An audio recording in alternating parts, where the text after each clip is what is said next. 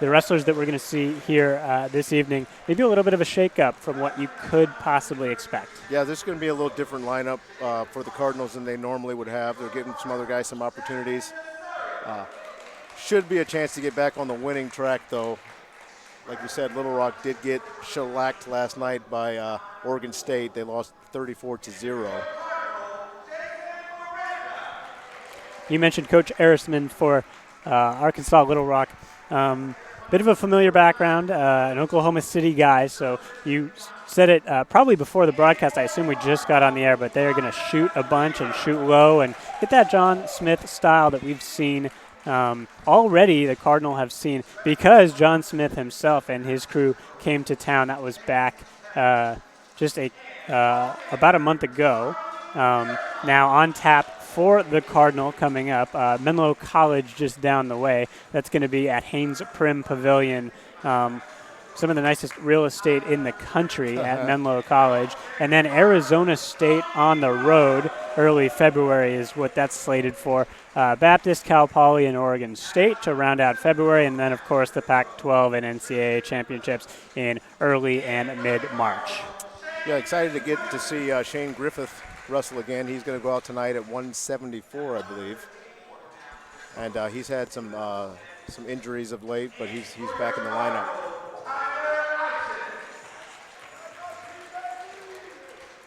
Got a light cough. That's asthma, not COVID, just so you are aware, Coach. Well, I guess Shane's at 65, not at 74. They got Tyler Eishens at 174 tonight.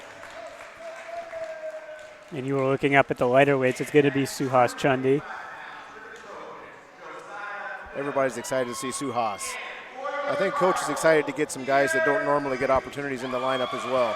You mentioned Real Woods probably not going to get to go today. No, Real has recently had COVID, and I think he got pretty ill with it, but he's better now. He's back in the room training. Came off a fantastic performance at the Southern Scuffle. I don't know if you got a chance to see those highlights, but whoa, that was some excellent wrestling. They're going to flip. Captains are meeting at the Block S.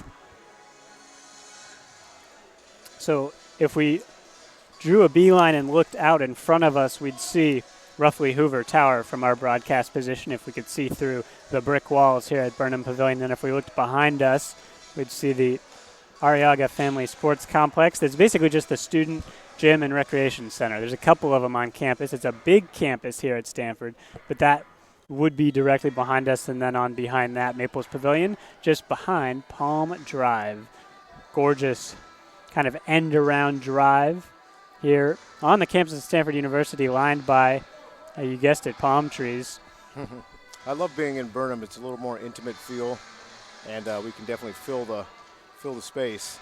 And since Coach McCoy, I think it was really the standard for Stanford wrestling. Almost all of the events were here. Only just in the last few years under Coach Pirelli did they start moving things into Maples gradually. And then when they had the Pac-12 tournament in Palo Alto, it was always at Maples.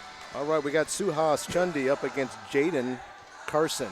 I know Coach Erisman was pretty high on Jaden coming out of high school. He actually recruited him and his brother. At the next weight, 133, is Jalen Carson. Somewhere in a high school wrestling room, or even before that, it was dictated which of the brothers would wrestle at what weight effectively. A wrestle-off that was many years ago, I'm sure. It's always a cool story how many brother tandem combos there are in wrestling. It's a sport that lends itself to plenty of that. Suhas is not real big for the weight class. He's going to have to use some technique and some position to win this match. It's a stream you can find on GoStanford.com, and you've already found us if you're listening in. Brahman Creighton, my broadcast partner, as we're in the opening moments at the lightest weight. So we can't do that. Got stuck on his knees, snapped to his hands, and didn't square up. The bottom is a position where Suhas struggles a little bit, being an undersized 125-pounder. Got to fight with his back.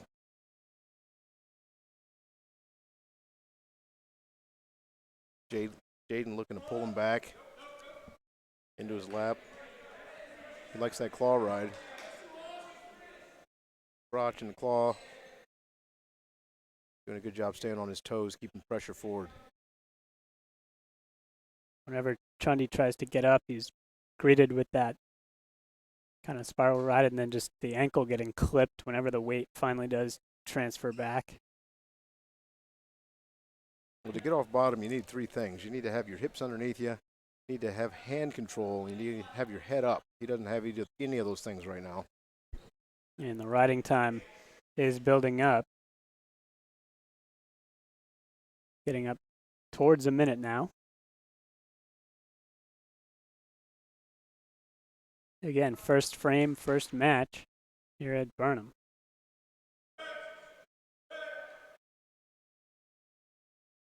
Okay, there's his one. Get to work now, Suhas.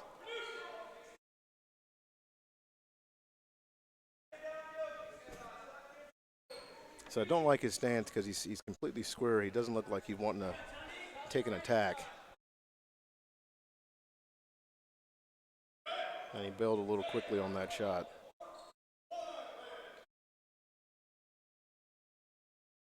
Comes to the farm by way of Carmel, Indiana.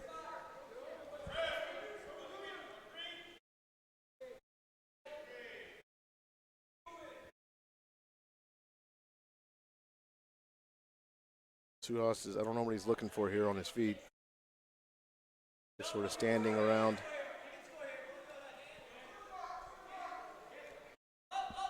That was an arm drag to a head inside single or something thereabouts, and it just looks like the hand control battle. Kind of every battle right now is being won by Carson. Yeah, Jalen, you can tell he's used to taking shots in matches and keeping the pace high. He's still got some room to grow position-wise.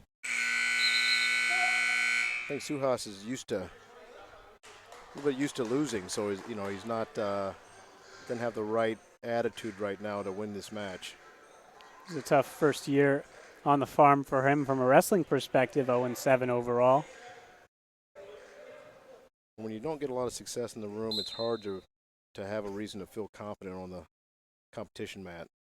And tough to score points in any Division I room.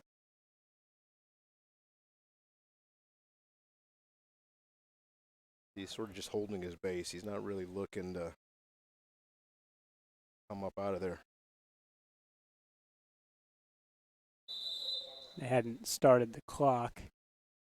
So the first 10 seconds of the second period probably will be run off artificially here. He should have lots of opportunity to get out. Jalen's riding over the arms. He's moving around a lot and giving a lot of motion, which should create opportunities for Chundy to get out of there. He's kind of just exploring on top. That's what it feels like. I can see Grant talking about getting his hips away from the other guy's hips. Got to be pretty high confidence on top, as you mentioned, Coach, to be kind of chaining stuff together, really just almost exploring how to get a turn. Yeah, I think he's doing that because Chundy's not doing much on the bottom but holding his base. Okay, so to the naked eye, maybe 15 seconds ticked off in the second period at most, but they're saying a $1:35 is all that's left, and the riding time would be over 2 minutes. We got 6-2 with 2 minutes of riding time already. When an intentional release, drop back on him. He's looking for a near side cradle. That's what I mean. It's kind of just experimental stuff on top. You don't do that all that often. But he's on his knees. He's over the arms. Come out of there.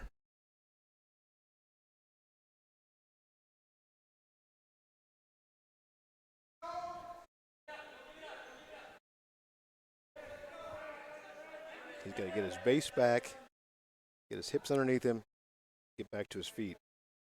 Look for a roll through tilt here. He's going to get it. Not much resistance to that.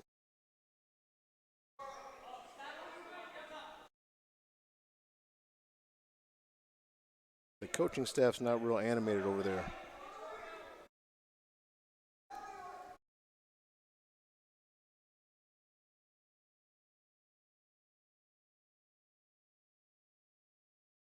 You get this crowd hyped up, get a little bit more out of Chundy. Come on out of there. Got the 4-point near fall. That is devastating in college wrestling.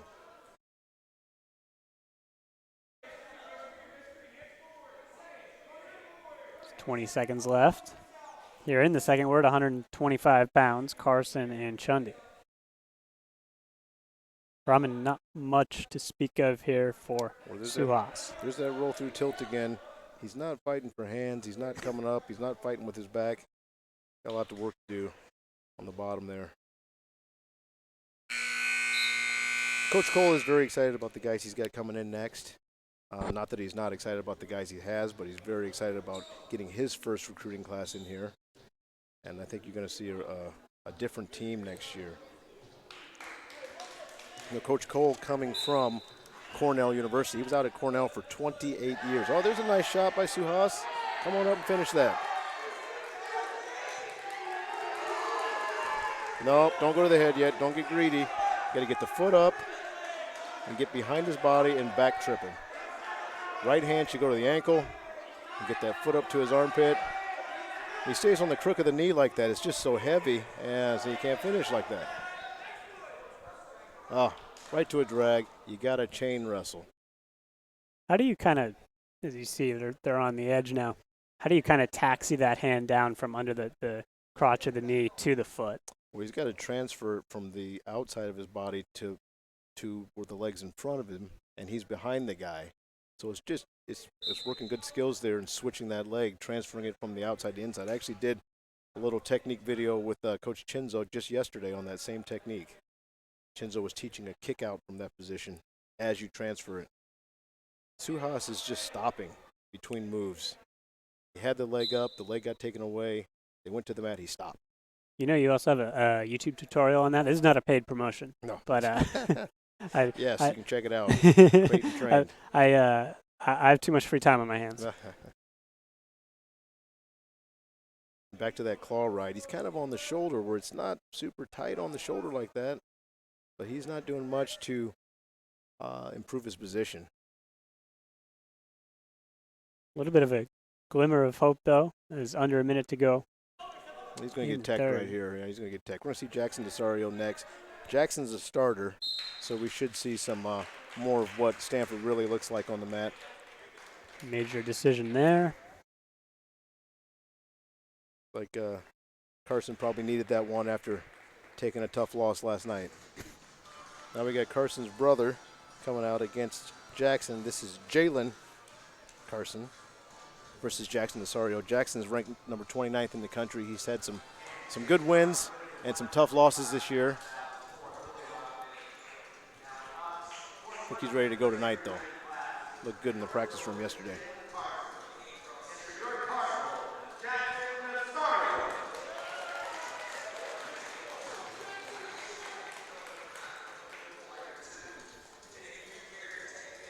The coaches really like Jackson's toughness.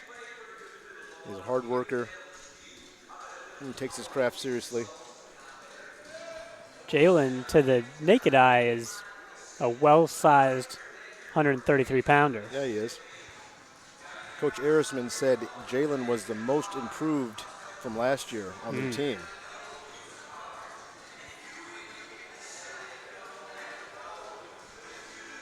I was telling you about Coach Cole, 28 years at Cornell. That's amazing. He's truly a legendary coach. 28 seasons, he had 20 EIWA titles in 28 seasons. That's really good. 16 national champions. The program that has incredibly tough duels every year. In the Northeast, there are a ton of very compelling duels. There's just so many more college programs in that area. Coach Cole coached two of the greatest college wrestlers in history. Kyle Dake, 4-time national champion, 2-time world champion, bronze medal in the Olympics. And Yanni Diakomahalis is in the program now and already a 2-time national champion. Nice near arm far leg attempt. Jackson gets his leg back. He's to pull him forward onto his hands right there. Pull him forward. Oh, nice change off to the leg. Get through him. Nice finish. Oh, that's back points. Danger rule right there. Start counting. They didn't give him the 2. No 2.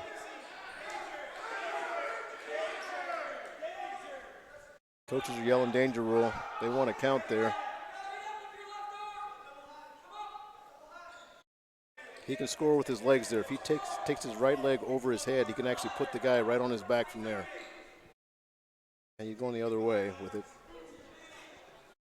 I call that position that Jalen was in there a reverse leg, when you're kind of underneath and you're on a single leg, but your arm's on it the reverse way. Tanner Gardner, former All-American for Stanford, was excellent in that position. Raman, that's a good memory. I remember that. I was a kid sitting here at Burnham watching Tanner compete. Yeah, Tanner was a stud. I was in the wrestling room with him quite a bit. Coach Borelli was his main workout partner.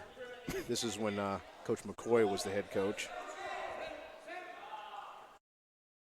I'd like to see Jackson get a little bit more offensive. He's very squared up in his stance most of the time, which doesn't mean you can't attack from there, but it's pretty defensive. There's a shot, right-handed shot, good straight single leg. He puts the guy down fast. He's into a deep, tight waist tilt. Got to count. Whew, that position makes me nervous. Hey, this is why. This is why. When you don't have control of his hips and you're on your back too, bad things can happen. I mean, you kind of exactly saw that coming about a second ahead of time. And to Jackson's credit, he kind of saw it too, and it was just probably at the exact same time. It was like it was too late, and he just based out. Well, he got a little too parallel with that tilt. You got to tee out and get your hips close to his hips and get your head away from his head. Jackson needs to take that half off now.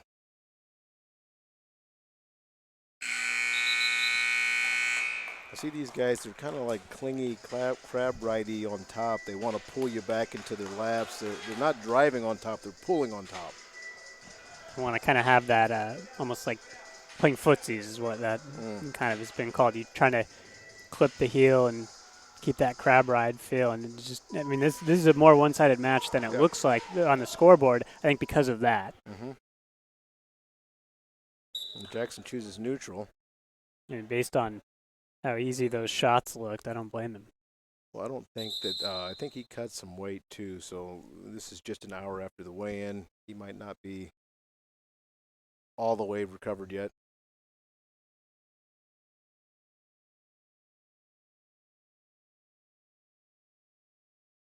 He's getting some help from the clock operator here. They played the music for maybe an extra 15 seconds between periods, and now the clock stops and starts. Same issue we had just one match ago. We're at 133. This is Carson and Desario. A little jab step fake. Looking to snap off of that.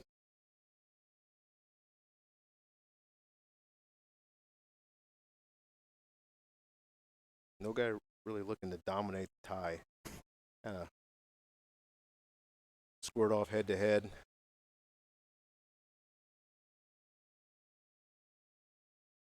Jackson can push the action here a little more. There he goes.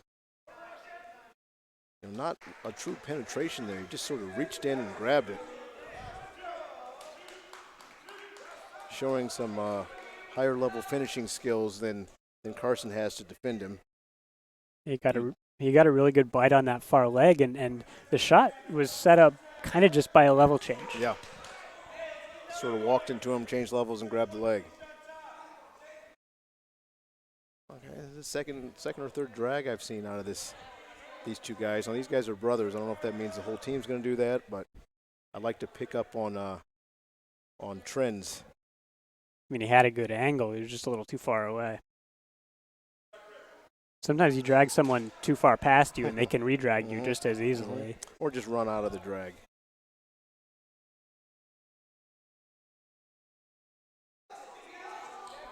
Okay, pull him down. They need to score in that front headlock. He needs to take advantage of this position. Don't hold him. Pull him forward. Looking at probably getting a stalemate here. Carson's doing a good job keeping that elbow.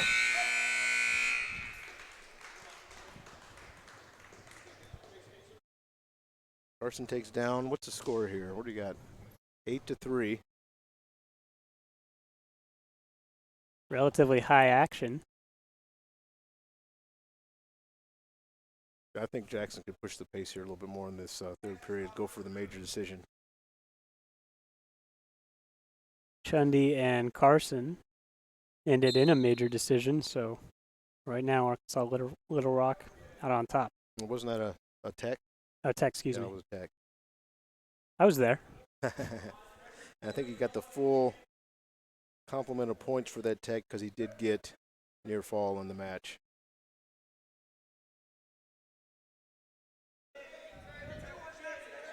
All right, oh, he's snatching him back, got a leg in.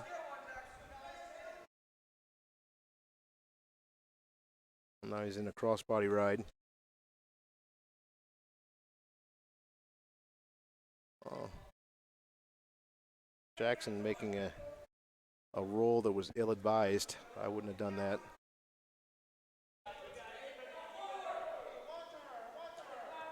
Well, not Jackson, but Jalen. Jackson's in a position to ice this match. He doesn't have to do much else with his leg in here. See, I want him flat. Get him flat.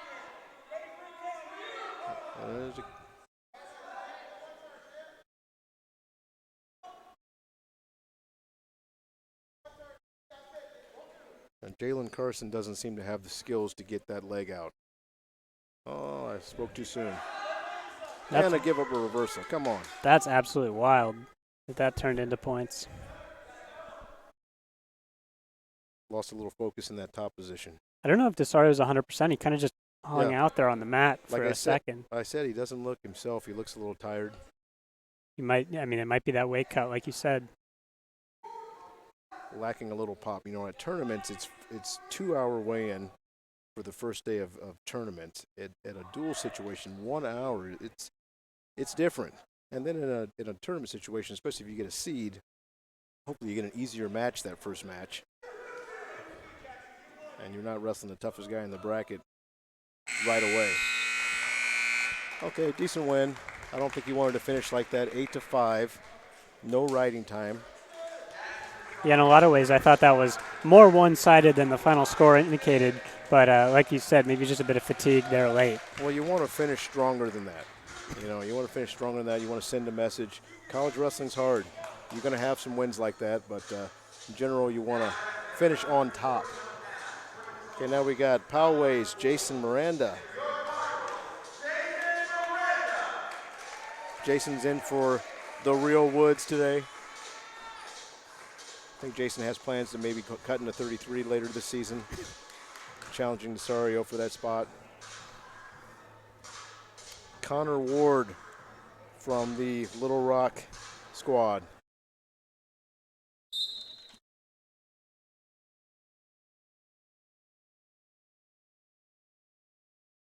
Coach said Connor Ward was actually the very first recruit in Little Rock history.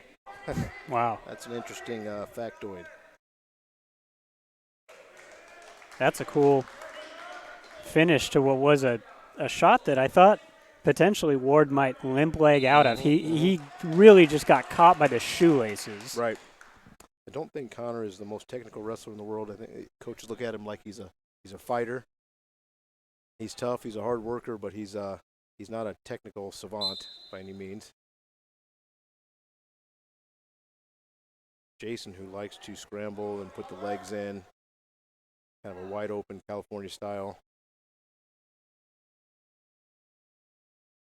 Jason's got a lot of support in the Poway area.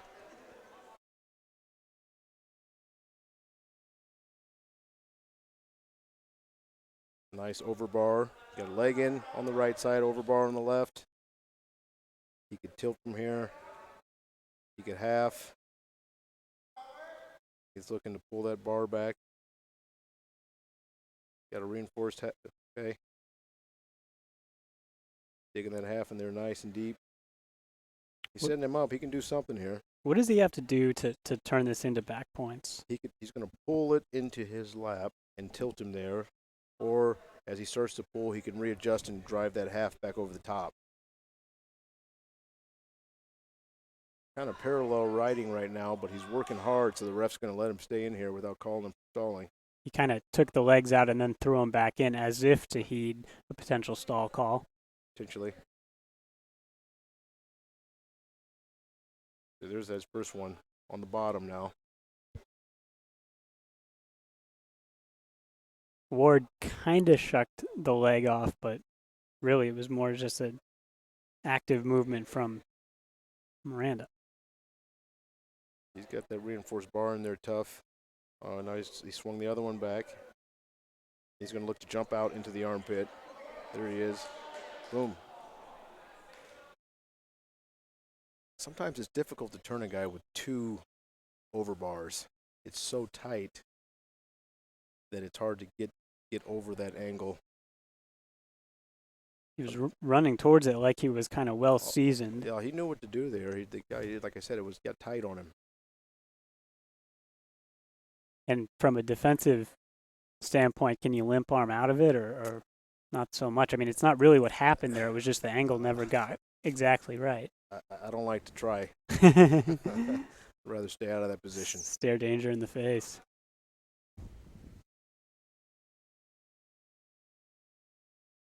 Let's see. I think Jason could open it up on his feet a little bit more before trying to grind this guy.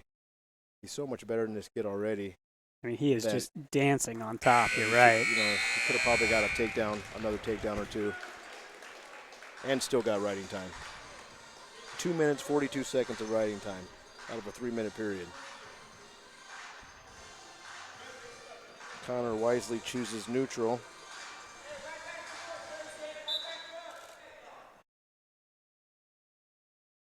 Jason open up on his feet here.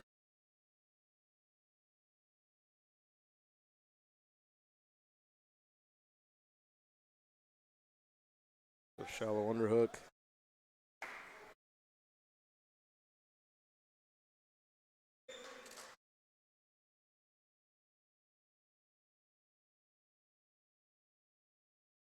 Ward just kind of trying to stave him off a little bit. Not a lot of technique out of Ward yet. The underhook on his left side looks almost more defensive the way his body's. I mean, his head position needs to come up. Jason, go ahead and open up here. Uh-oh, okay. He's got some skills in there. But again, 2. Well, he needs to release that whizzer. Referee's going to stop this. Oh, there it is.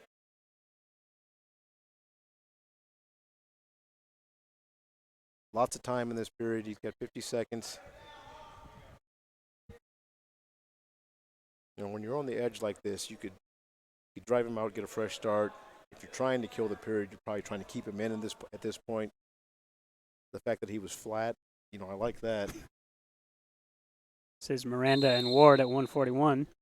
I think Jason could open up the score more at this point. Just gave up a penalty point. And you were saying that was incorrectly called. This is something they teach in the room where you actually pry the head and the shoulder. I don't know why the ref called that. I mean, they're kind of debating exactly why that was a.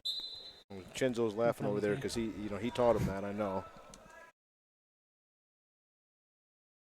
He's forcing these legs, and where he could be getting takedowns right now. I don't think he's going to turn this guy. You know, when guys are used to losing, they're really hard to turn over. Yeah, yeah. You know, they got a lot of practice down there. Down by 2, they might get turned, but down by 10, you're just kind of turtled up. Well, when you guys got a lot of losses, sometimes they're hard to pin. They're good off their back. You know? They're good at turtling up and not giving up points. And you kind of saw blown out. You kind of saw it, Brahman. I mean, when Miranda was trying to throw the far side hook in, each time he was getting an extended, like Ward was almost overcompensating, connecting his elbow to his knee, as if that was the only thing he was worried about. Well, one thing that you can do off bottom is just ball up and push back, which is what it looked like he was trying to do in that position. See how he's on his knees? There's no weight on his opponent. You got to get weight on the guy. Otherwise, they're going to stand up. Like the best guys at the NCAA level, they wrestle the whole time. And they make it hard for you the whole time. They don't give you breaks. They take you down. They put pressure right on you. They get off their knees.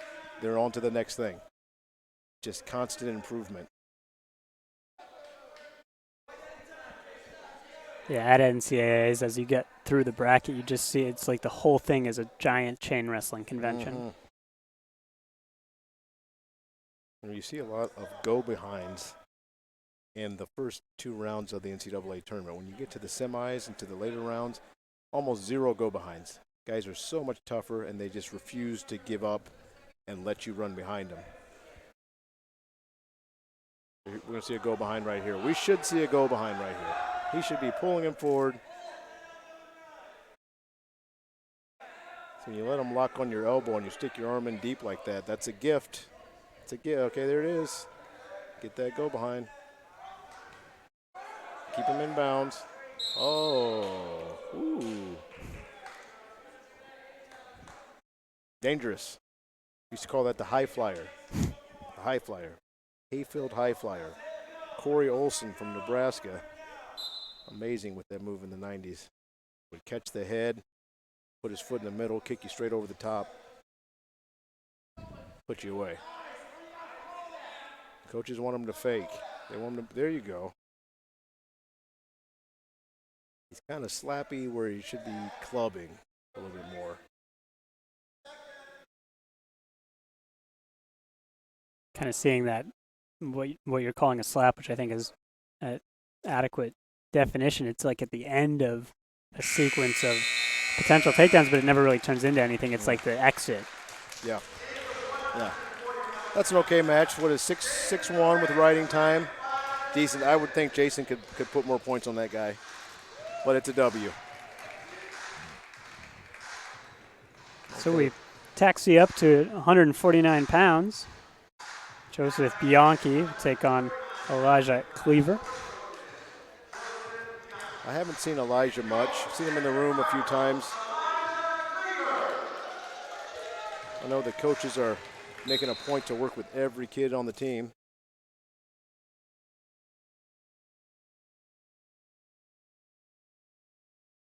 Elijah is long. I actually have worked out with Elijah. He's long. He's got some things he can do.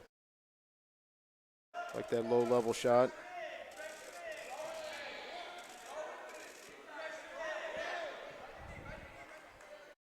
Got to get your knee up and drive back over your toe there.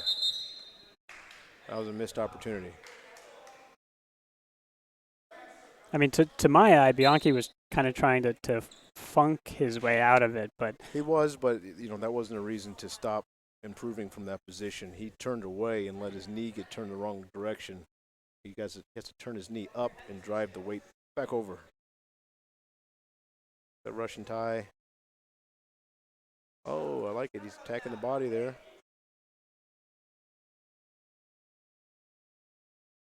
He's trying to block with his head with that hook.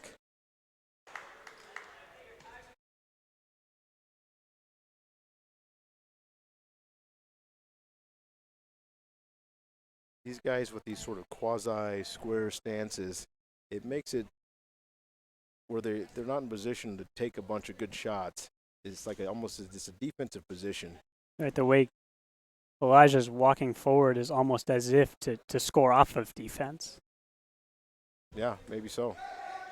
That was a good shot, right-handed shot to his left leg. Pulled off that single pretty easily.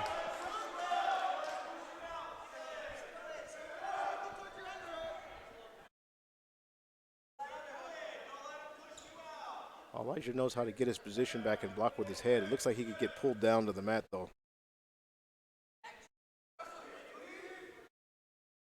You need something clean.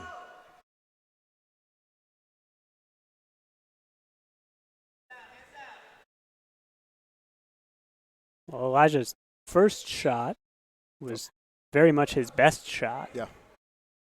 That last shot he just took, at least he set that one up. He posted the head. The guy grabbed his hand. He grabbed and shot off the post. It just wasn't a good, strong shot.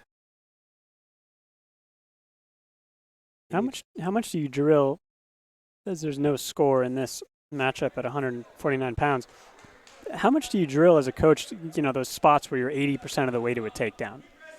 A lot. You got to drill that stuff a lot. I always say the closer you get to scoring, the harder you better wrestle. And a lot of guys they'll get halfway to the score and then they kind of let up, and then you don't get the points. I mean, this feels like one of those. You don't get the points. This feels like one of those spots that might turn into a reversal. I think that Elijah has a chance to win this match, just based on what the coach said about Joey Bianchi, that he loses some winnable matches. Apparently he's been in a lot of matches this year that were fairly winnable for him, that he has just not made it happen and got his hand raised. And Bianchi, speaking of 80%, he seemed 3/4 of the way to a takedown there, and it almost turned into points the other way. Exactly right. Kind of lose their focus. They don't put the guy down hard. Put him down hard. These guys are trading opportunities to kind of funk their way out of what could have been points the other way off of a pretty conventional shot. That's a nice breakdown right there. Nice breakdown. Right side ride. And a good, hard chop breakdown. Right to an overbar and a wrist. Now he's got an opportunity to run that bar. He's going to drop his left hip in the armpit, block that elbow, and run him right over his head. You got it. See, he didn't keep the weight down. Bianchi seemed... Got to use that shoulder as a pivot point. He let that shoulder come up. Now you can't turn him. Bianchi seemed relatively unstressed by that particular attempt. I mean, it could have happened. It wasn't that far away, but you got to pin the shoulder down. See, you take shots into positions where the guy can defend you. Don't try to shoot through his arms there. See that little wrist pull right there? That was nice. You got to score here. You got to score here. He's working on the lock. He needs to go to the wrist right by the lock and break that lock. See, his hand's in the wrong place. There you go. That's where you want to be. Not enough urgency. He's not going to get these points. You get a lot more urgency than that. Now, Bianchi's in a position where he should score now. He should score. He'd turn that corner and run right through it. He'd get him up. That's a situation where he made a decision to go back down to the mat with his head. He didn't have to go down to the mat there. He could have turned the corner and drove right through. Now you got a stalemate. Nobody scores. He had head in the chest, and he had kind of back pretty straight up. Looked like both guys could have scored in that sequence. Absolutely. Now they're back into this 50-50 position where they're both got over-unders, and neither one of them have any offense from there.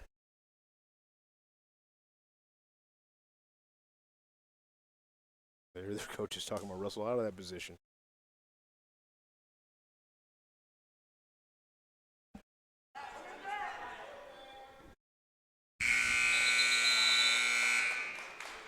I'd love to see Elijah get more offensive here. He kind of sits. He's got this arms down thing where he's just planted in his stance, waiting for the guy to shoot on him.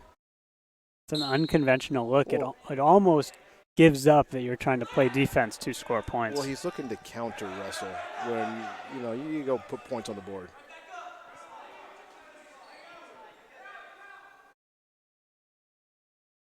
He's got this little baby stand-up going where you come up in the tripod. If you're going to do it, come on up. He should be turning away, turning his butt away. He's got hands now. Okay, you're out. About to call the top guy for, oh, my goodness. My goodness. About one more second there, the top guy was going to get called for stalling. And he just lets him lift him off his feet. It's not easy to lift another man, same size and same weight, up in the air from behind and put him back down. That's actually very hard to do.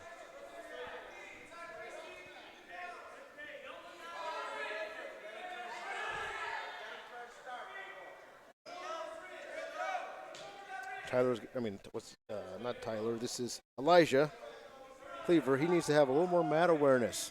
Not enough urgency here on the edge, not enough urgency when you get to your feet.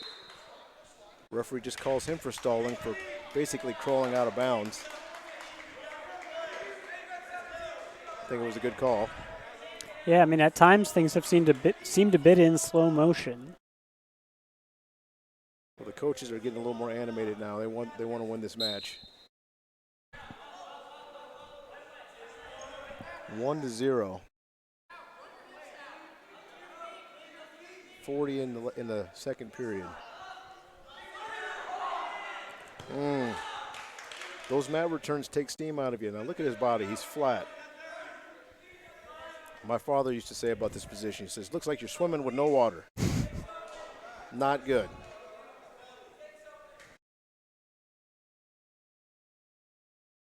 He's got to get his body back into a ball. He's got to get his base back. He's completely extended. Extension equals loss of power in wrestling. This kind of freestyle-ish position with 6 seconds left to go in the period. It's funny you say that because this is not freestyle, but it looks like he's wrestling freestyle.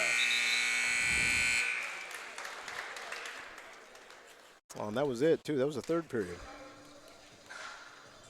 A 1-0 loss. That was a very winnable match. At the very least, should have been pushed to overtime. All right, we get to see another starter here. Charlie's up. Charlie Daro versus Chase Tbit.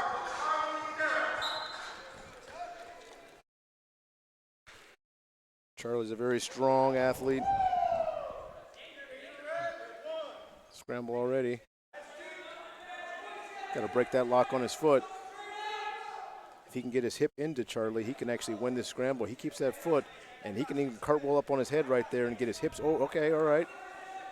They're wrestling here. This guy's fighting a little harder than the rest of their athletes. Well, he went down hard right there, though. He's not moving. Tbit's a transfer. Like something happened. Yeah, looked like something. I saw that right away. He didn't. Yeah, he was injured as soon as he reversed him. He was hurt. I saw that right away.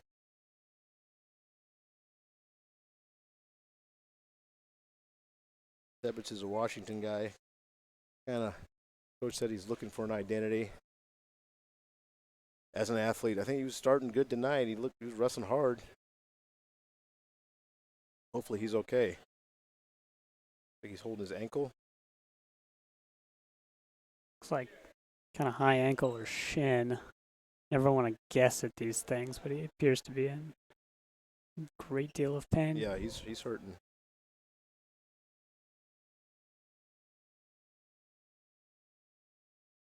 Looks like he might be done. They're taking off his shoe.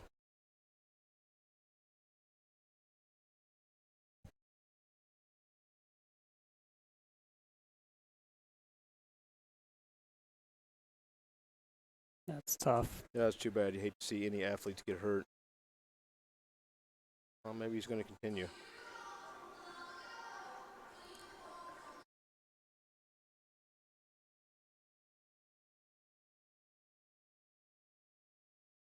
All right, let's wrestle. Some toughness. We don't know how compromised that left ankle really is.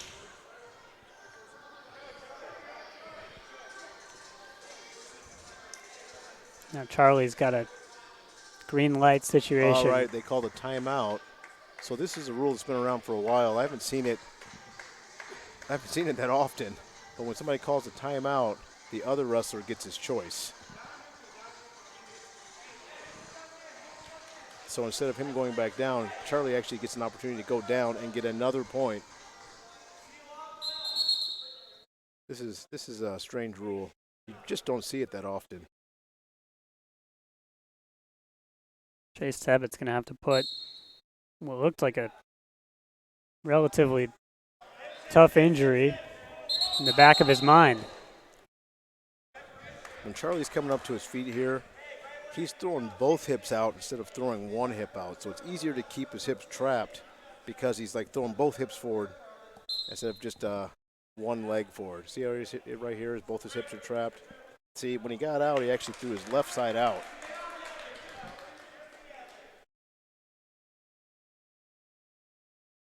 You know, they want Charlie to be physical. He's a physical kid. Very strong, very solid. Get to it. This guy is showing a little more fight from their other guys. You see, it's the lack of putting skills together. As soon as he got taken down, he kind of stopped wrestling for a second. Now he's flat.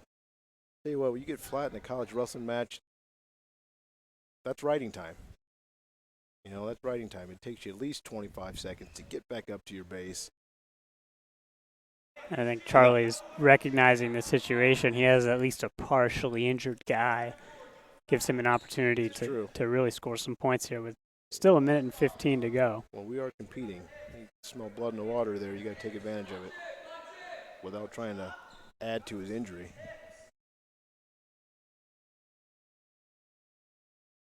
Basically going like a short legs in, cross face, far shoulder. Pretty basic.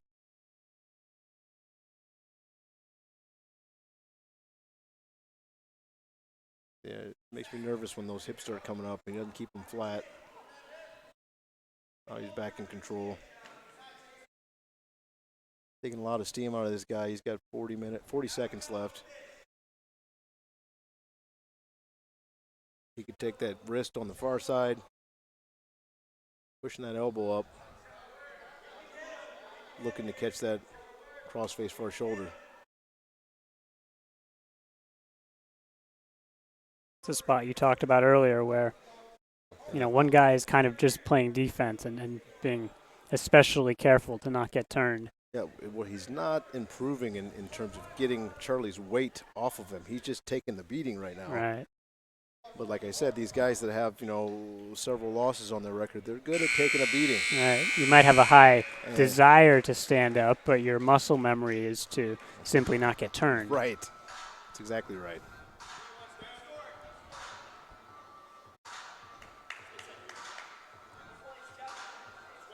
He's limping out there.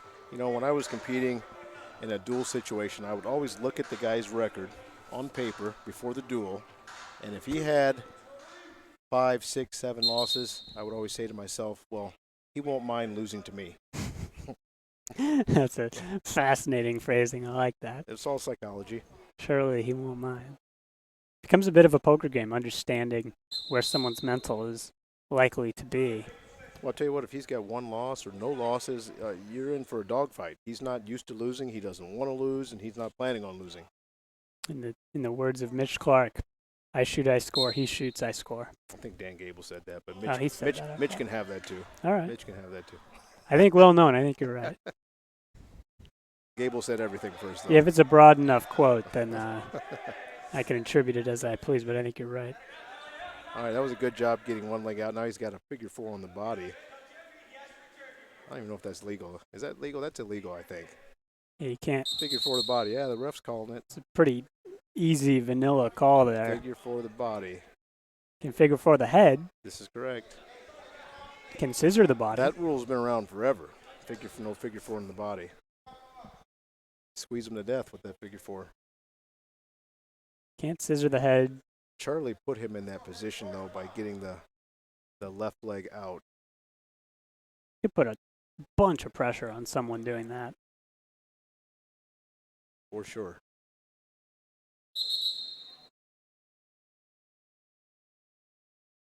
So I think Charlie's anticipating the legs coming back in.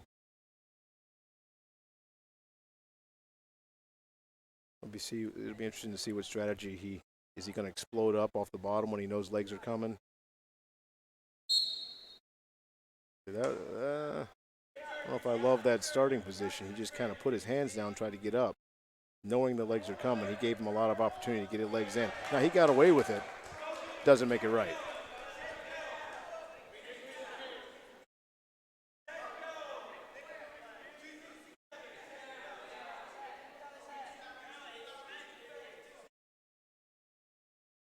Charlie needs to start pouring it on here now. More attempts. Not enough attempts. Leg back. I said this guy actually wrestles in spurts, and he shows a little bit of talent. And then he gets in a position that he doesn't know very well, and he kind of stops wrestling. Because that was a decent shot. See, now he's holding the leg though. He's not trying to finish. He's holding it.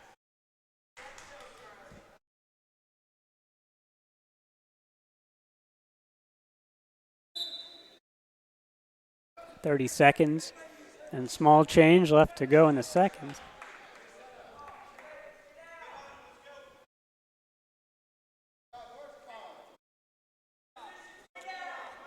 Charlie needs to set something up and execute.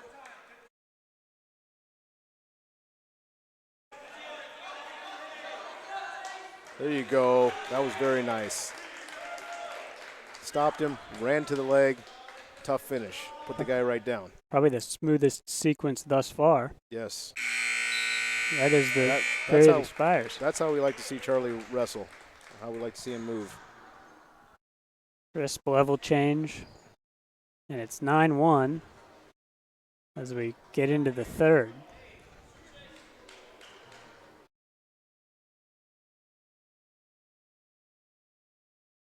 All right, is he going to stay on him and try to ride him and turn him here? And try to separate this score a little bit. He's already got the major. Effectively 10-1 right now.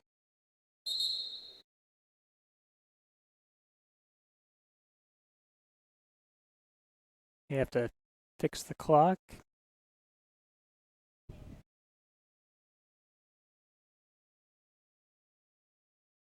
Charlie has an interesting starting position here. He's kind of like almost neutral with his ride.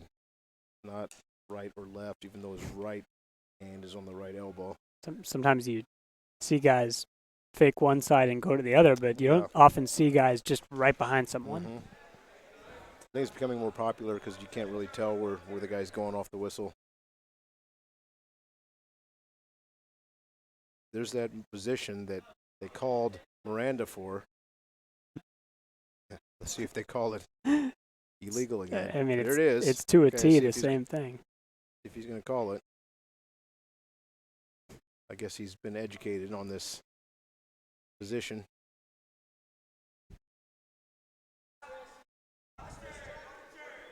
See right there, that could have potentially been stalling on Charlie because he obviously just pulled him backwards out of bounds. Instead of Matt returning him and doing the hard work,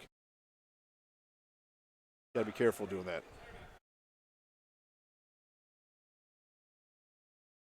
Okay, he's going to cut. This is what I want to see. Let's go. Open up on your feet. No change. No change. You got to let the guy turn around. Oh, he's hurt. He's hurt. Points. See, he's not beating the arms. He's trying to go around behind and letting the guy just stop him with his arms. That was easy. Easier than it should have been.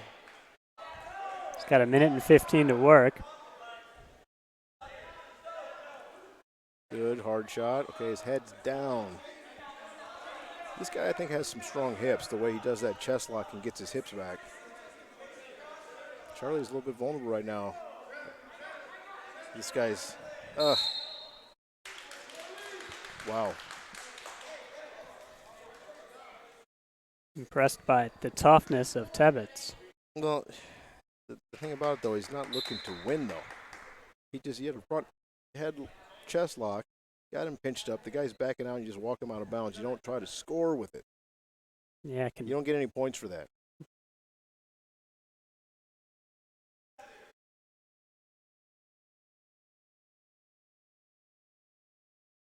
Charlie needs to get another takedown here. There's certain sequences you're pointing to, Brahman, where it's almost like both guys have a tacit agreement to turn it into no points. And well, this is a type of match where Charlie needs to take it as practice and condition during the match. Work on your stuff. Don't be afraid to get tired. Push yourself all the way to the end of the match. If you have a guy who's maybe he's 3 out of 10 at best on that ankle. You want to be able to just green light him. Yes. It's what when you draw it up in your head, you never draw up injuring someone. But if you do, you have to wrestle. One thing I think that the guys we've seen so far tonight, now I think Jaden Abbas is on another level. Real Woods is on another level. Obviously Shane, the champ, is on another level. But our other guys need to do a better job finishing right away when they shoot. They shoot and they get their head down, or they get in these longer, drawn-out scrambles where they have to work harder than they should have to work to put the points up. Put those points up quicker. We got no Shane tonight in this match. This is Tony Williams. Shane's wrestling next versus Tyler Brennan for Little Rock. Brennan has that good left side underhook and loses it now. Well, Brennan's had some good matches this year. He beat the starter from Drexel, who I believe was ranked at the time. And he's had some really close matches with some really good guys. Good clubbing right hand. This is one of the matches I think could really go either way.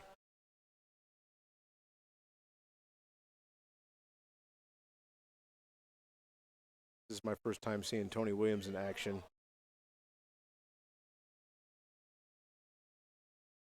He's stuck between some really tough guys in the room.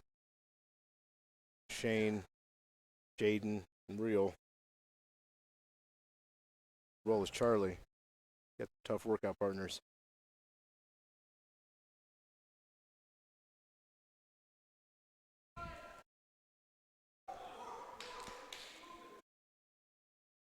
He likes that over tie. Brennan just clipped the shoe top on. Okay. I see what he's trying to set up now. He likes the over tie. He's trying to bring his left hand back underneath and post it to a right-handed high crotch from that over tie. He's a right-handed wrestler. Head-to-head over tie. So snap, come back and post. But the problem is he's got inside on you. That's the problem. Saw that coming. You know, it's hard to defend your legs if you just let the guy have inside control. And even with the over tie, he's still inside. So it's Tyler Brennan's world here. He's just a bit taller, which I think helps him in this position a tad as well. Well, these long guys are really hard to wrestle. That leverage just gives him so much more strength, position strength. See him scoop the far arm like it's nothing. One of their coaches over there for Little Rock is Chandler Rogers. He was an Oklahoma State Cowboy. He liked to ride the legs like this as well. Now Chandler probably spent a lot of time with Chris Perry, who's awesome on top. Yeah, this is definitely Rogers' influence here. Just over a minute of riding time. Don't think that's going to be particularly relevant at the moment based on. I think he'll get the riding time at the end of the match. He was pretty satisfied to take him down and ride him right there and ride out the period. Tony choosing neutral, which I think is smart. Here's back to that same over tie, collar tie, head to head. If Tony sits in there, he's going to get his leg attacked again. He's got to be more active with this. He's not penetrating deep enough with his right side.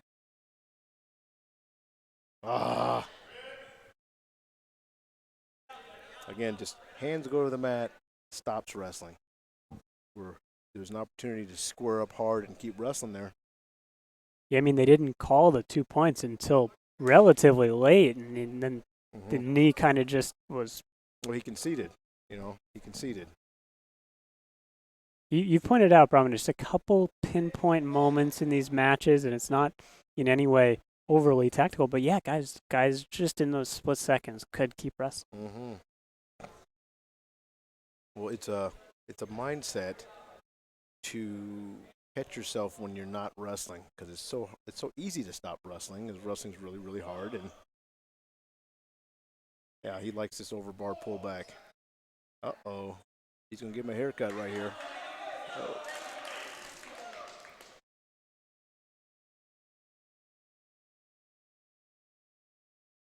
So you got to catch yourself, what I like to say, catch yourself holding. Holding is not wrestling. Wrestling is improving. Holding is stopping and holding.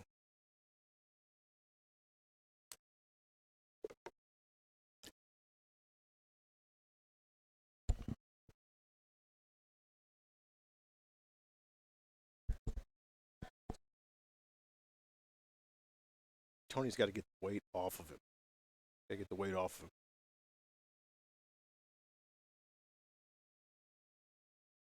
Brennan's got all of his weight on him. He's carrying the weight the whole period. If he can force himself to his butt and then put them both on their butt, now he's sitting, and they're both sitting, and the weight's not on top of him.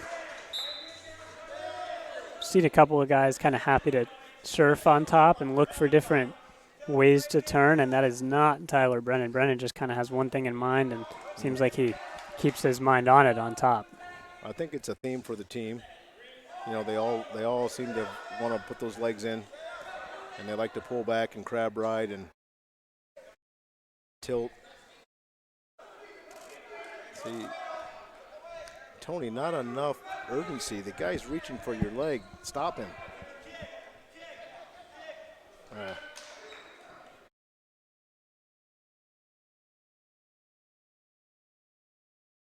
This is one of Little Rock's better guys, for sure. I know the coaches are pretty high on him. Made a couple of different good-looking shots and turned a few things into points that didn't necessarily have to be, and he's scooping that arm with ease. Mm-hmm.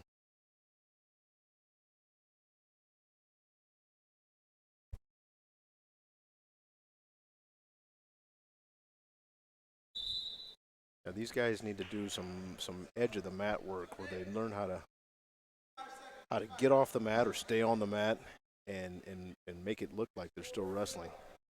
Get a fresh start and get another opportunity. Guys got you just stretched out and all his weight on you. It's tough to do anything.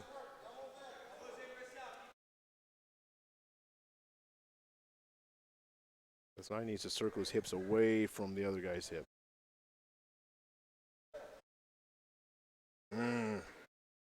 Desperation.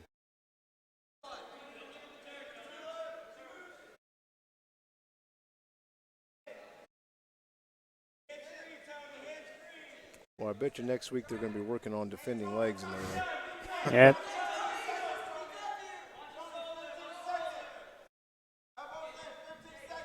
Short time here in this match. Going to be 11-0. Never good when you can't put a single point on the board. This guy's pretty decent, though. Bit of a one-sided affair. All right, we get some bright spots here back. The champ is here.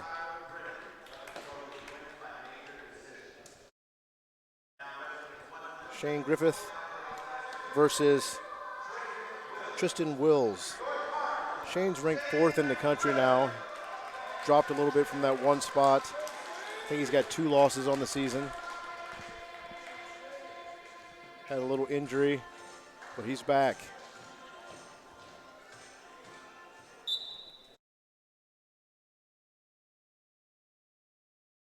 Fun to see Shane work out here and get some of the rust off. Shane is a wide open wrestler. Hard to say Shane wrestles a certain way. Good in all 3 positions.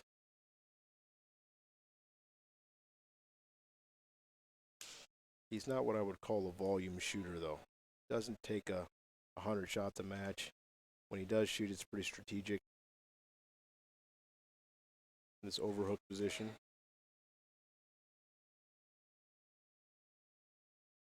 That was neat. See him pull that wrist over his head. Yeah.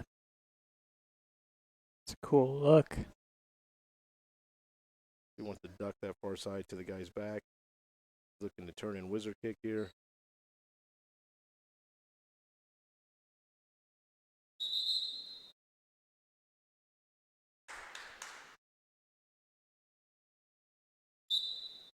Okay, not your typical NCAA champion. He's not going to come out like a ball of fire. Pretty cerebral. He just wins. He just wins.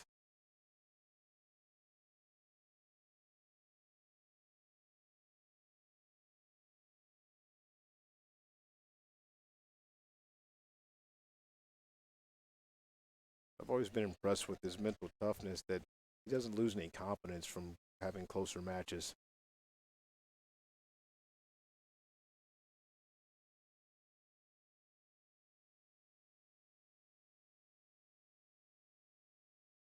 Nice. This is his best shot of the frame. Nice. Good lift. You know, I think Shane is a gamer, and so you're probably not going to see the best Shane unless he's really pushed and has high-level competition.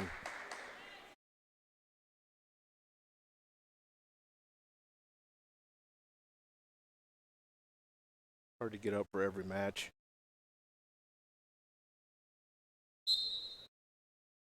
Is the lift there that we just saw, is that option A for him in completing that takedown? I think that's just what he felt right then when the way the guy was defending him. He finishes a lot of different ways. He likes this little waist tilt here. Tight waist tilt. All the kids, all the athletes at Stanford are doing a lot more of this ankle ride. And that's definitely Vincenzo's influence.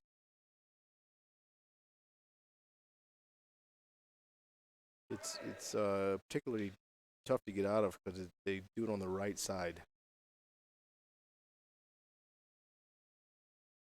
In wrestling, most people ride from the left side.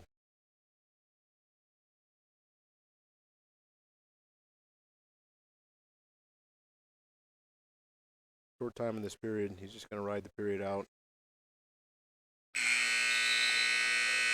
So I think everybody in the program wants to see Shane open up a little bit more.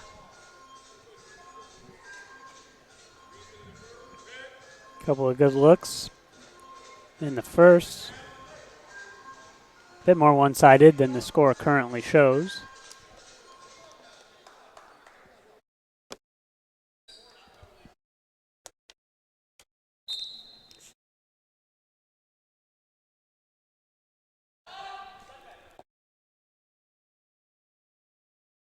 Doing that ankle ride again with the tight waist.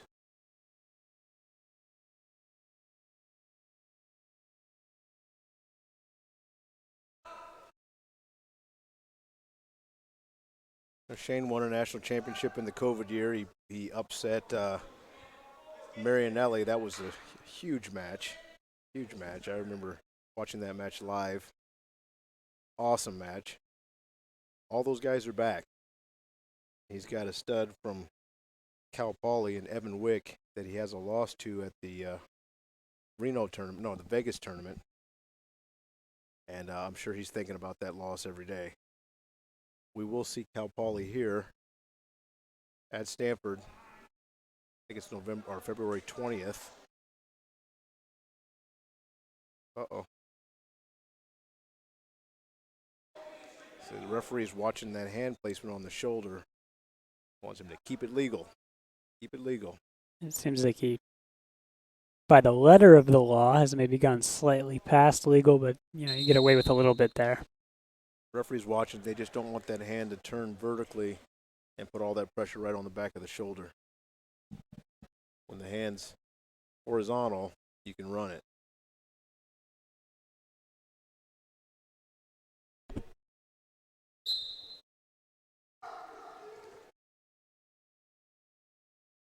If Shane's able to just easily run him down. When you get up off the bottom, run it going forward.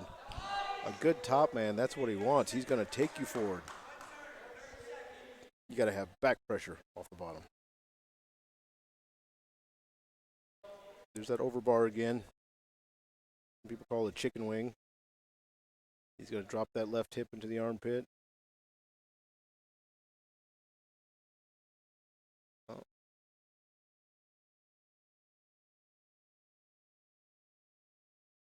Short time here.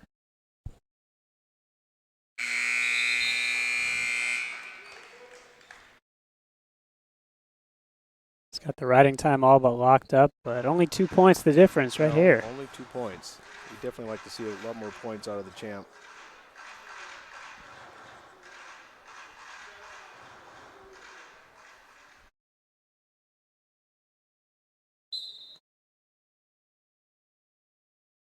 Right to his feet off bottom. That little baby stand-up where they come up in that quad pod position is getting so popular.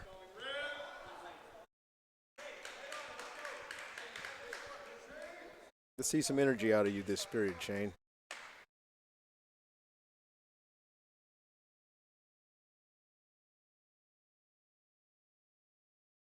There's that overtie. It's going to be Iish and Edgar up next. This, though, the matchup for Stanford wrestling fans that I think people really had circled. Shane at this point is looking to counter. Looking to counter. See his feet square up. He's waiting on that guy to shoot. Part of the reason why he's giving up the inside tie as well.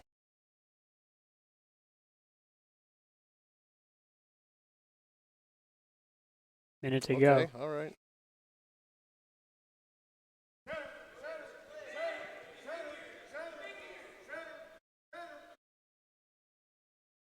Still in. One thing about being the national champion, you get everybody's best shot. So, yeah. You know, he's got to keep his focus, especially against guys that are maybe he's not training for. There's a good counter offense. Now finish him.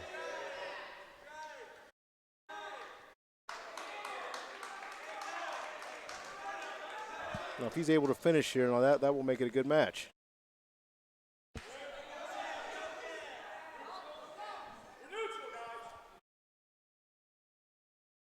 He'd get a takedown. 5-2.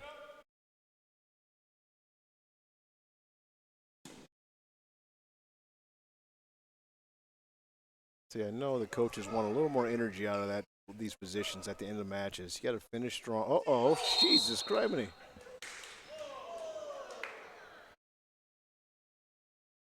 See, that's not how you want to finish. First match back.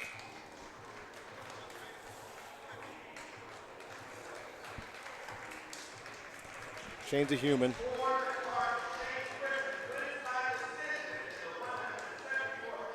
It's a win. A couple things to work on. Well, I'm sure as a team they weren't as up for this duel as they have been in the past.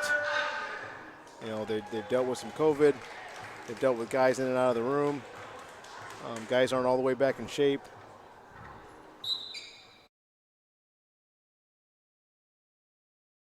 Tyler had a good last tournament. I think he was one of the few guys to place at the scuffle. Yeah, he placed at the scuffle. He got 8th place at the scuffle at 174. Pretty good start for him here. Extremely tough tournament. Wow, if this gets turned into a reversal, it'd be a real surprise. He's got to get back to his knees. He's just lying there right now looking for a stalemate. Failed. That was a wild reversal. He's all right.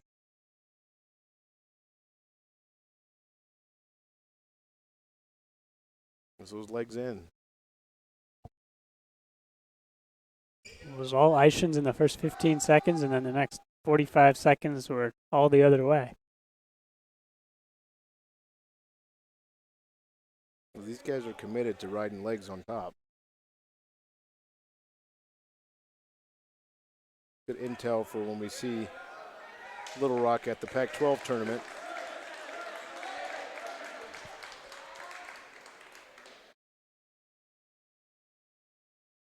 Tyler got the reversal. He's right to that ankle ride. He's doing it on the left side.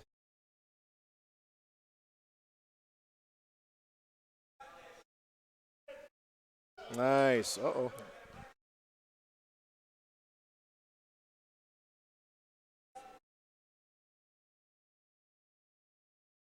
Looking for a wrist. Got a leg in. Kind of a quasi crossbody ride. Aishin's kind of... See, but see, the fact that he's not anchored in on top is why he was easily put to his hip right there. If he's going to use that crossbody, he's got to get his right elbow all the way over to the guy's armpit and grab something to keep his hips on top. Once you get put to your hips like this, now the weight is not on the opponent, and bad things happen. Okay, you got the weight back on top.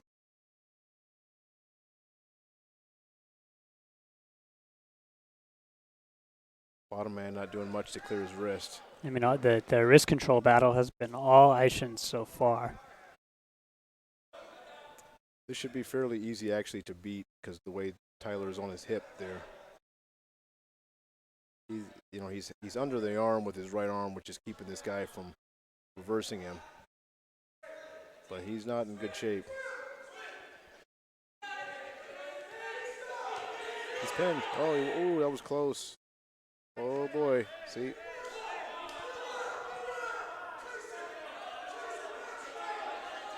Now he's kind of in a... That's two. That's two. Ooh, no. You give him one escape. They're going to give him an escape, but not two for the reversal. That's Nothing. No change? No change. Wild. That's a wrong call. There's borderline to at least one loss of control.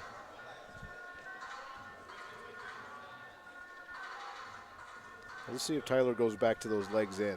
I would suggest he'd not ride the legs like that. You don't say, Coach. I don't like to see him on their hips like that. I mean, his wrist control is dominating. There's parts of this match that Aishin's is really dominating, but you do point that out as the leg ride is just a little bit loose. And let's go him back in. This guy's he's got the ankle ride, which is a little bit safer for him than a leg in. I mean, Edgar literally almost got a pin there. Yeah, he did. He did. The first. In the most wild way. You just don't see that. Well, I've been pinned like that. It's not cool. I probably have too, but I think I have what's called selective amnesia. That's when I stopped using my legs like that.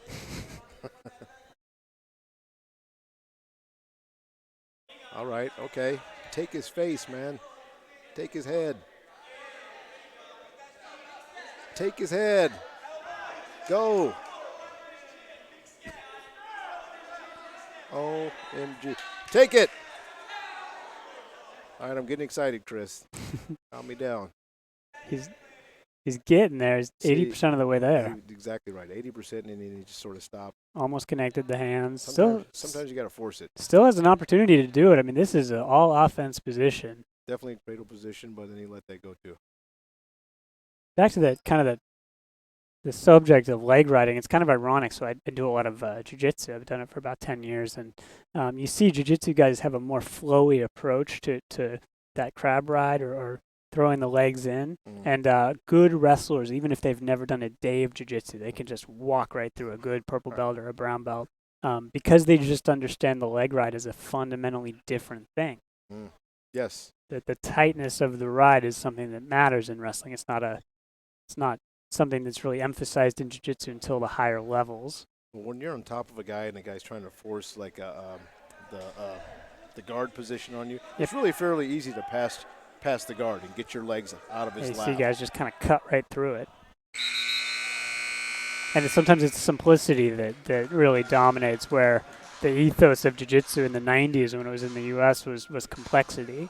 So it's just a difference in the mindset of the two sports, and it's really cool the way it manifests when a good wrestler comes into the jiu-jitsu room and you just see them, oh, this person's drilled this movement 1,000 times. Right. I mean, they could be even a little off in the movement or imprecise. They're unlikely to be, but you do something 1,000 times, you're gonna beat someone up. Well, it's like the difference between grappling, which is all on the mat. Like, this is what I call grappling. These guys are on the mat fighting. as opposed to being on your feet wrestling, which is different than grappling. And now you're looking for takedowns or throws. Yeah. Where your knee is positioned, a little more important in this particular dynamic. You got to have both, though. So Iishin's just got called for stalling on bottom. Getting grapevine here.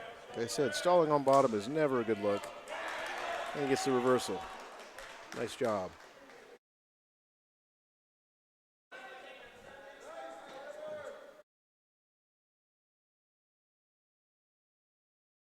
Got that ankle ride going. He could get some more weight on him and get up on his toe. He's on both knees. The bottom man was able to bump into him and then just pull his knee out. He actually turned his foot like he's unlocking a lock and point his toe and pull his knee out to his chest, and he should be able to stand up. 40 seconds left to go. 6-2 the score here in the third, and the riding time point, a foregone conclusion, will go Stanford's way.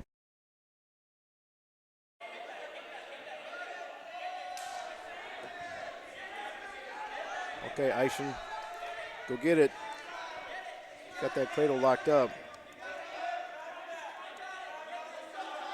He should spread those knees there. Kind of almost all the way there, and then he kind of just gives up on it. Smart wrestling, though. He didn't want to force anything. He got the W.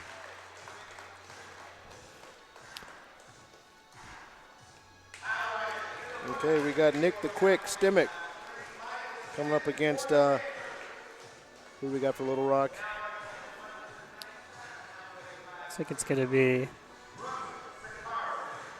Brooks Sakarzik.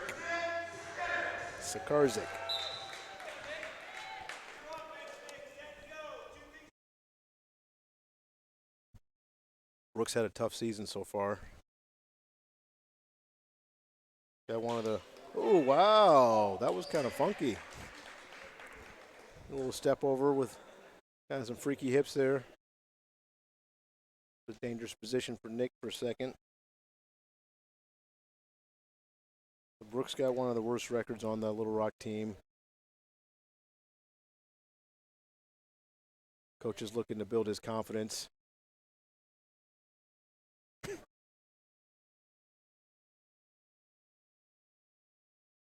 pretty fluid start here for Mr. Stemmi.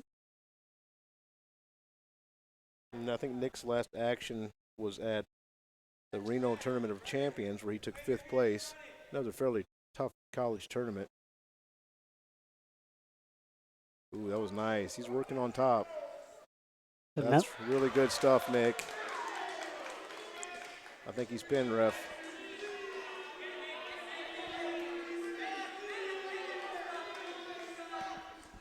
What else do you have to do to get a pin? Well, he's still got his shoulders up, but he's dead in the water. Nick has to press him into the mat.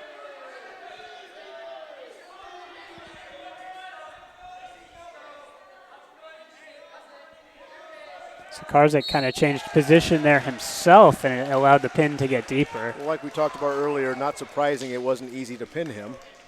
He's been there before. Way to go, Nick. Good win. I thought that was probably the best performance of the night out of the Stanford guys. Go out, take it right to the guy, put him away. Put a star on that one, and this is the closer. Hill and Meng. Josiah Hill out of California. He's a California state champion. And we got Peter Ming for Stanford. Coaches are very excited about Peter Ming. He's one of their favorite guys. They're partial to the heavyweights as well.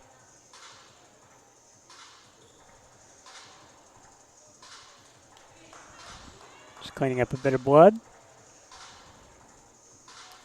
Well, Coach is very excited about Josiah, Coach Erisman. I think it's great. California state champion got out there to Arkansas. He lost last night in a close one. I think that one could have went either way. A very tough competitor from Oregon State. I don't know if the headgear was ever on to start this one.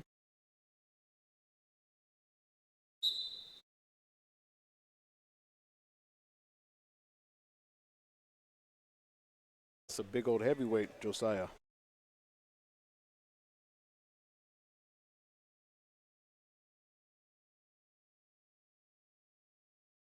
Let's see how he moves. Well, Coach Ahad spent some time with the upper weight guys, a little bit more upper body style up there.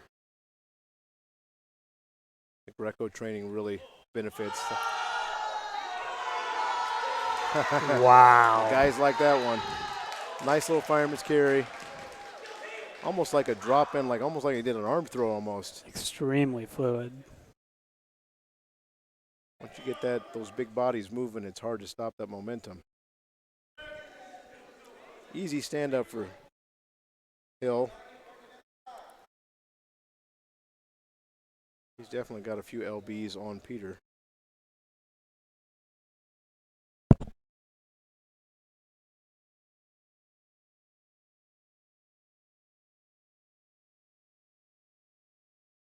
A pretty cool fireman's carry, a real wrestling connoisseur's takedown.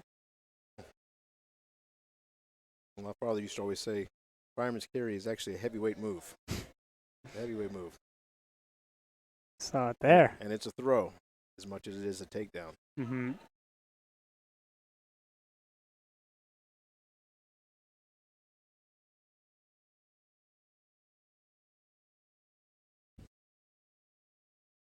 Okay, a little stutter fake there. Well, he took one in penetration and it worked. Let's see if he can get to another one.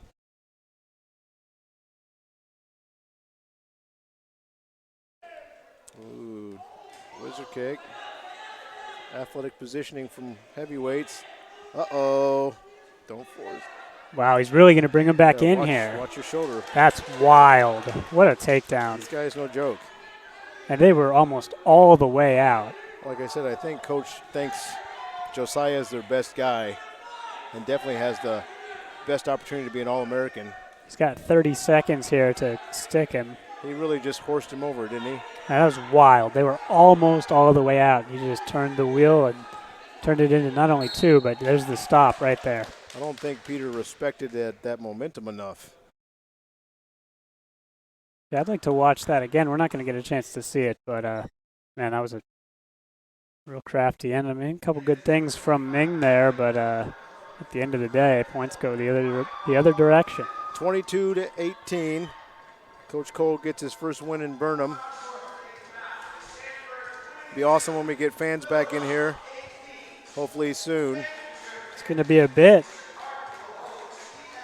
In Sunnyvale, California, Stanford will meet Menlo College in 2 weeks exactly. They're wrestling in Sunnyvale. Where in Sunnyvale are they wrestling? I don't know where that is. It's listed as Sunnyvale. It's not going to be Haynes Prim Pavilion. So it's not at, like I said. Not at the college. Yeah, I don't know if that's maybe a COVID situation to do with Menlo College or something else. I'm not privy to that, but that will be listed on the website shortly, I'm sure. And then to Tempe they go, and that's a tough duel with the Sun Devils, and just to begin February, and that's kind of the last quartile of the schedule for Stanford. Bakersfield, Cal Poly, and Oregon State, a murderer's row, all at home at least. The next time Stanford comes home will be that Bakersfield matchup, the 10th of February. Circle it on your calendar, 5 p.m. Brahman, your thoughts on this duel before we take off? I thought they were a little bit flat tonight, to be honest. Like I said, they've had some guys off the mat not practicing with COVID. They've had some injuries. It obviously wasn't their best lineup tonight, but they're focused. I know they're already looking towards the postseason and getting their guys as healthy as possible to have a nice run. Coach is all about recruiting, so he's thinking ahead, and he's getting ready for the next thing. But we're definitely going to do the best they can with the guys they got right now. Big thanks to Ethan and Regina and Brahman. Thank you so much for joining me on the broadcast. It's a pleasure again, my friend. My name is Chris Fitzgerald, and this has been Stanford Wrestling. They finish off a close one, 22-18, the final score against Arkansas Little Rock. We'll be back in quite some time, the 10th of February against Bakersfield. We'll have the broadcast. For everyone involved in this broadcast, we say cheers, enjoy the rest of your weekend, and have a pleasant Saturday evening.